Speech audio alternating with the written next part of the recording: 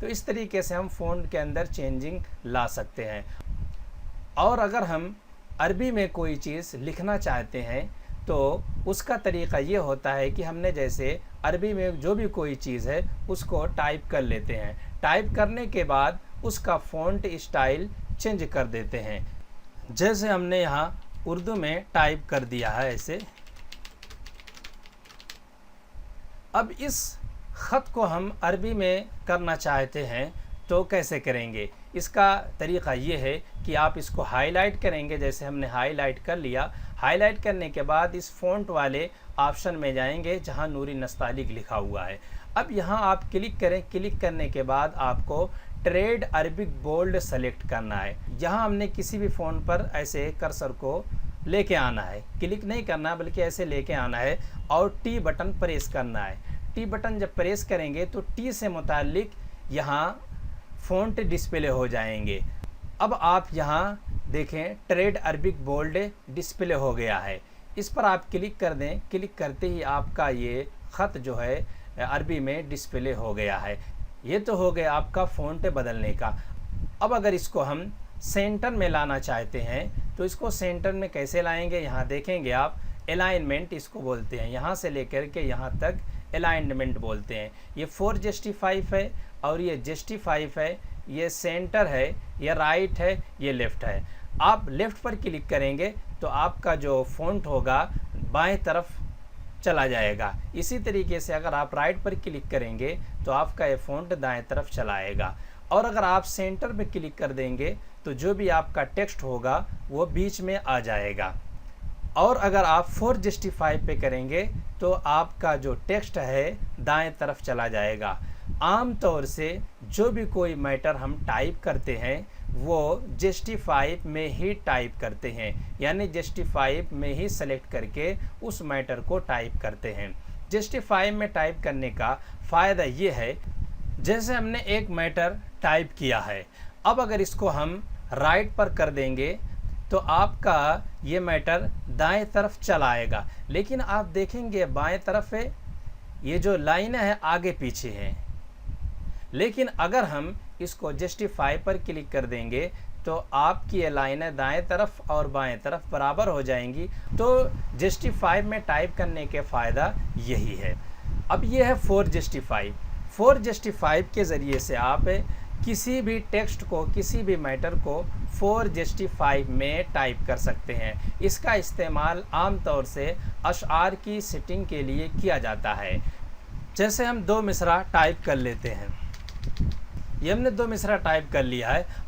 अब देखेंगे आप दोनों मिसरों में पहला मिसरा छोटा है और दूसरा मिसरा बड़ा है, लेकिन शेर इस तरीके से सेट नहीं होते हैं। दोनों मिसरों को दाएं और बाएं तरफ से बराबर करने के लिए हम इसको हाईलाइट कर लेंगे। हाईलाइट करने के बाद आप 4:5 पर क्लिक करेंगे तो आपके दोनों मिसरे बराबर हो जाते हैं। लेकिन अगर हम इसको शेर की शक्ल में बीच में लाना चाहते हैं तो कैसे लाएंगे? चलिए हम आगे की एक कमांड है वो बता देते हैं।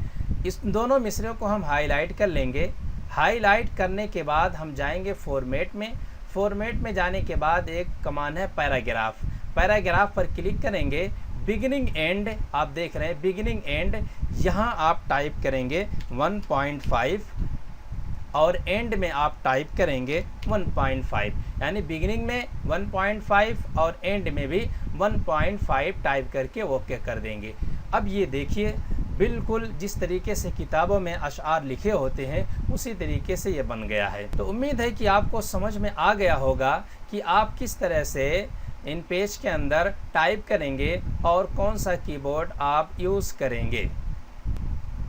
एक चीज़ मैं आपको बताना ज़रूरी समझता हूँ, जब भी आप टेक्स्ट के अंदर कोई तब्दीली लाना चाहें तो आपको टेक्स्ट को हाईलाइट करना ज़रूरी होगा। अगर आप टेक्स्ट को हाईलाइट नहीं करेंगे तो आप टेक्स्ट के अंदर तब्दीली नहीं ला सकते हैं, यानी ना उसके फ़ॉन्ट को कम ज़्यादा कर सकते हैं, ना कलर को बदल सकते हैं, ना फ़ॉन्ट को बदल सकते हैं। और दूसरी बात ये भी आप जान लीजिए कि अगर आपको दूसरे लाइन से टाइप करना है तो अपने कर्सर को कैसे नीचे लाएंगे। मिसाल के तौर पर आपने इस तरह से टाइप कर लिया है।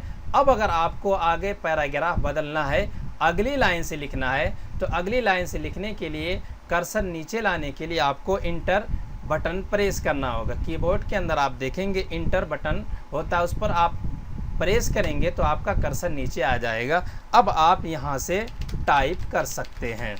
लेकिन अगर आप पैराग्राफ नहीं बदलना चाहते हैं तो आप इसी तरह टाइप करते जाएं। जब आपकी पूरी लाइन मुकम्मल होगी तो खुद ब खुद आपका कर्सर नीचे आ जाएगा। देखिए लाइन खुद ब खुद नीचे आ गई है, इसमें आपको इंटर करने की ज़रूरत नहीं होगी। अब मैं टूल बार से मुताल्लिक बताऊंगा। तो टूल बार ये है, आपको मैं पहले भी बता चुका हूँ। तो ये एरो टूल है, इसको ये जो टूल आप देख रहे हैं एरो की शक्ल में, इसको एरो टूल बोलते हैं। इसके ज़रिए से आप किसी भी बॉक्स को सेलेक्ट कर सकते हैं। जैसे हमें इस पेज के चारों तरफ बॉर्डर लेना है, तो बॉर्डर लेने से पहले आपको इस बॉक्स को सेलेक्ट करना ज़रूरी है। तो सेलेक्ट करने के लिए सबसे पहले आप एरो टूल पर क्लिक करें, उसके बाद यहाँ बॉक्स के अंदर क्लिक कर दें। यानी किसी भी बॉक्स को सेलेक्ट करने के लिए उस बॉक्स पर क्लिक करना ज़रूरी है। या तो उस बॉक्स के बॉर्डर पर क्लिक करना होगा या तो उस बॉक्स के बीच में क्लिक करना होगा। जब आप बॉक्स पर क्लिक कर देंगे तो उसके चारों तरफ कॉर्नर एक्टिव हो जाएंगे। जैसे आप यहाँ देख रहे हैं कॉर्नर एक्टिव हो गए हैं। या आप यहाँ से एक और बॉक्स बना लीजिए, इसको सेलेक्ट करना हमें, तो एरो टूल पे क्लिक करेंगे, इस बॉक्स के अंदर क्लिक करेंगे। देखिए आप चारों तरफ ये कॉर्नर एक्टिव हो गए। जब बॉक्स के चारों तरफ कॉर्नर एक्टिव हो जाएंगे तो आप ये समझ लीजिए कि ये बॉक्स सेलेक्ट हो गया है।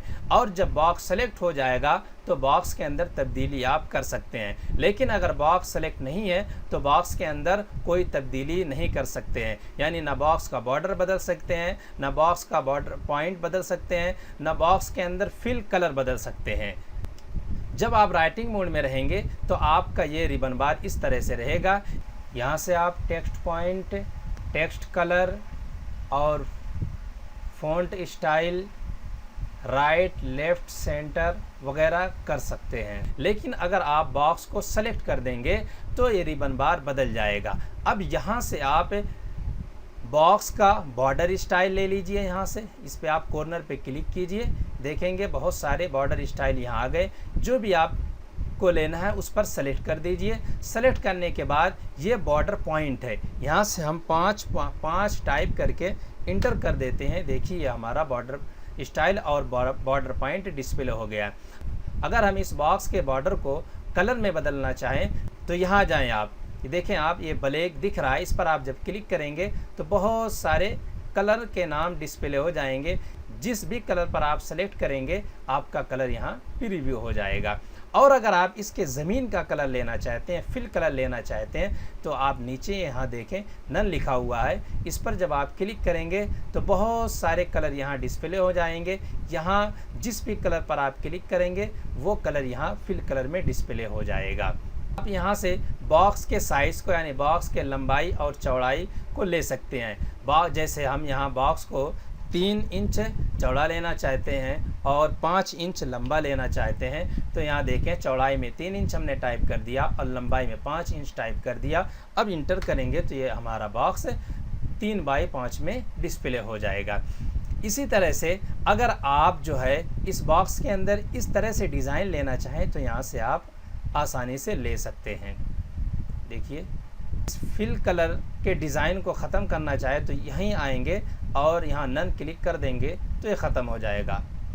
और अगर इस बॉक्स के फिल कलर को ख़त्म करना चाहते हैं हम तो यहीं जहाँ से हमने कलर सेलेक्ट किया था फिल कलर, उसी ऑप्शन पे आएंगे और यहाँ आप देखेंगे नन लिखा हुआ, उस पर क्लिक कर देंगे, ख़त्म हो जाएगा। यानी जहाँ से हमने जो चीज़ सेलेक्ट की है वहीं से उस चीज़ को ख़त्म भी कर सकते हैं।